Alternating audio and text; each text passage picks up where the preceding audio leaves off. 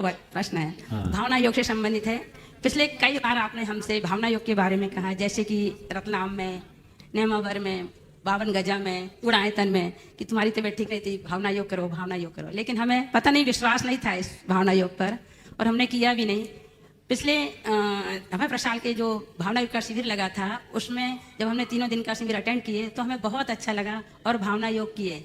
लेकिन उसमें सिर्फ एक कमांड पर फोकस किए कि मैं स्वस्थ हूँ, मैं स्वस्थ हूँ। और आप बिलीव नहीं करेंगे, हमारा 306 कोलेस्ट्रॉल था, घटकर 262 हो गया।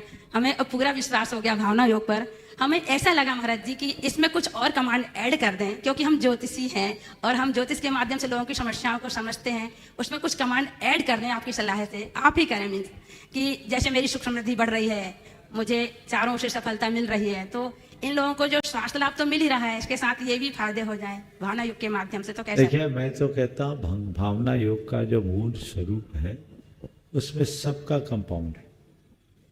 और जब मैं सुखी हूँ, मैं स्वस्थ हूँ, मैं शांत हूँ, मैं प्रसन्न हूँ, तो वो सब चीज़ें अपने आप आ जाती हैं।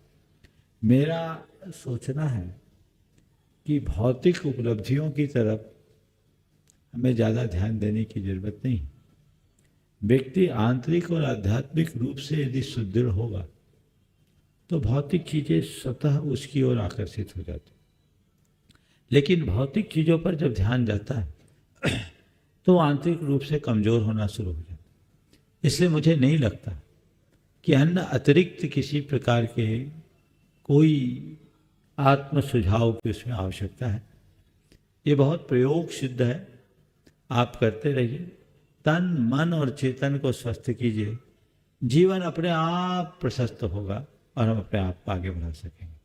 जहाँ तक सवाल है चातुर्मास की समाप्ति की, तो ये सब तो आप लोग बोल रहे हैं, हम तो बोल नहीं रहे, हम लोग तो बोल नहीं रहे।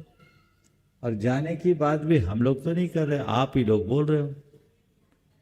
हाँ, तो अनियत बिहारी है, हम ये तो नहीं बोल रहे हैं जा रहे हैं। तुम लोग क्यों बोल रहे हो जा रहे हैं? जाना तो तय होता है, जिस दिन आते हैं उसी दिन।